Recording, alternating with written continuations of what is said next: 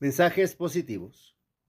En el Evangelio de la misa de hoy, Mateo 8, 5 al 17, vemos la combinación de tres escenas potentes. La fe del centurión, la curación de la suegra de Pedro y el resumen de la misión de Jesús como el siervo sufriente. Dice el texto. En aquel tiempo, al entrar Jesús en Cafarnaúm, se le acercó un oficial romano y le dijo: Señor, tengo en casa un criado que está en cama, paralítico y sufre mucho. Él le contestó: voy a curarlo. Pero el oficial le replicó: Señor, yo no soy digno de que entres en mi casa. Con que digas una sola palabra, mi criado quedará sano. Porque yo también vivo bajo disciplina y tengo soldados a mis órdenes. Cuando le digo a uno, ve, él va. Y a otro, ven, y viene. Y a mi criado, haz esto, y lo hace. Al oír aquellas palabras, se admiró Jesús y dijo a los que lo seguían: Yo les aseguro que ningún israelita ha hallado una fe tan grande. Les aseguro que muchos vendrán de oriente, de occidente, y se sentarán con Abraham, Isaac y Jacob en el reino de los cielos. En cambio, a los herederos del reino se les echará fuera a las tinieblas. Ahí será el llanto y la desesperación. Jesús dijo al oficial romano: vuelve a tu casa y que se te cumpla lo que tú has creído. En aquel momento se curó el criado. Al llegar Jesús a la casa de Pedro, ve a la suegra de este en cama, con fiebre. Entonces la tomó de la mano y desapareció la fiebre. Ella se levantó y se puso a servirles. Al atardecer le trajeron muchos endemoniados. Él expulsó a los demonios con su palabra y curó a todos los enfermos. Ahí se cumplió lo dicho por el profeta Isaías. Él hizo suyas nuestras debilidades y cargó con nuestros dolores.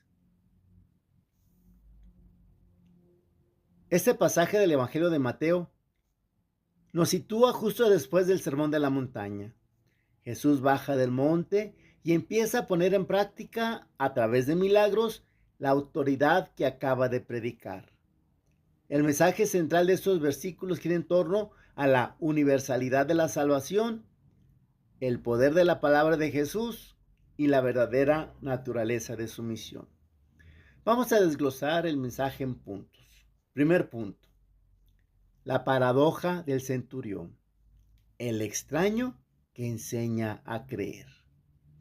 La primera escena es revolucionaria para la época. Un centurión romano, un oficial del ejército opresor, un pagano excluido de las promesas de Israel, se acerca a Jesús.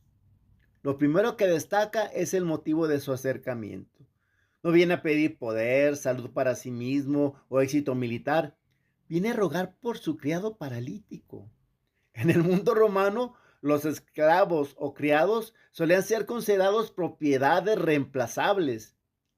El centurión rompe el molde cultural al mostrar una profunda empatía y humanidad hacia alguien en una posición inferior.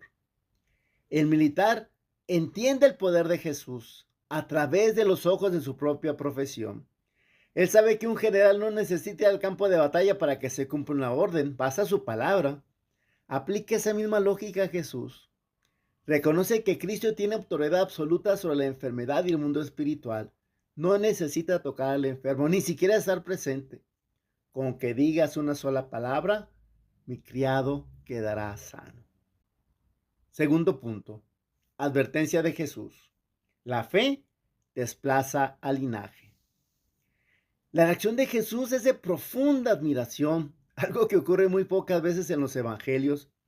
Jesús afirma que no ha encontrado una fe tan grande en todo Israel. Y eso es una crítica implícita a las autoridades religiosas y al pueblo escogido, quienes, teniendo las escrituras y las profecías, no logran confiar en él con la misma pureza de este extranjero. Jesús lanza una profecía sobre la universalidad, la catolicidad del reino de Dios. Los banquetes junto a los patriarcas Abraham, Isaac y Jacob ya no serán un privilegio exclusivo por nacimiento o genética. El pasaporte al reino es la fe, no el linaje. Aquellos que se consideraban herederos legítimos pero carecen de fe, corren el riesgo de quedarse fuera, en las tinieblas. Tercer punto: la suegra de Pedro. Sanados para servir. Jesús entra después a la casa de Pedro y encuentra a la suegra con fiebre. Aquí el milagro es íntimo, cercano y táctil, en total contraste con la curación a distancia del criado. Jesús la toma de la mano. En la cultura de esa época, el que tocaba a un enfermo o alguien con ciertas afecciones podía también considerarse impuro.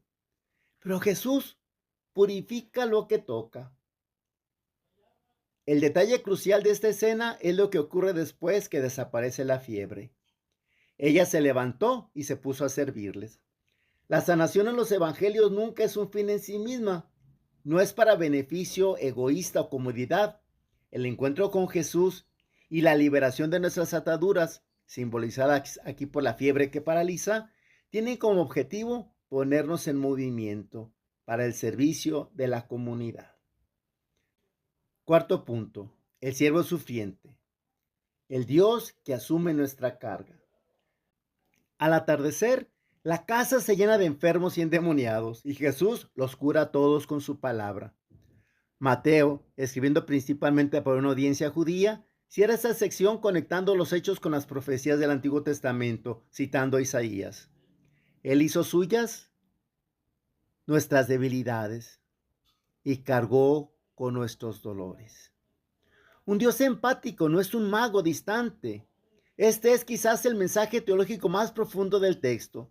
Jesús no cura los dolores de la humanidad con indiferencia o desde la distancia de un pedestal. El texto nos dice que Él asume estas debilidades.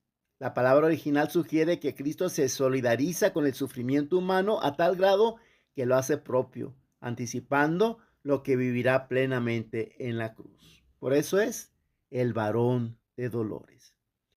Este pasaje nos deja 3 lecciones fundamentales para la vida actual. Primero, la humildad de la fe. Nos invita a repetir las palabras del centurión, mismas que la iglesia adoptó para la liturgia antes de la comunión. Señor, yo no soy digno. La fe verdadera empieza reconociendo nuestra necesidad de Dios, vaciándolo de orgullo. Nada de que yo declaro. Segundo, la fe activa frente al privilegio. Nos recuerda que estar dentro de una estructura religiosa no garantiza nada si el corazón está lejos de Dios. Lo que cuenta es la confianza radical en su palabra. No ser piedras de río, mojadas por fuera, secas por dentro. Y tercero, sanados para el servicio. Si hemos experimentado el consuelo, el perdón o la restauración de Dios en algún área de nuestra vida, nuestra respuesta natural debe ser levantarnos y servir a los demás, imitando al Señor que cargó con nuestros propios dolores por la salvación de todos. Interesante este tema, ¿verdad? Bueno, ¿qué tareitas podríamos hacer de él? Primero, ejercitar la fe y la humildad. Reconocer mi límite. Cuando enfrentes un problema, enfermedad o preocupación, repite en tu interior: Señor, yo no soy digno, pero basta tu palabra para cambiar esto. Evita querer resolver todo tú solo. Confiar sin ver. Ante situaciones inciertas, haz el propósito de no angustiarte, sino decir: creo en tu poder y en tu voluntad, igual que el oficial que creyó sin ver el milagro.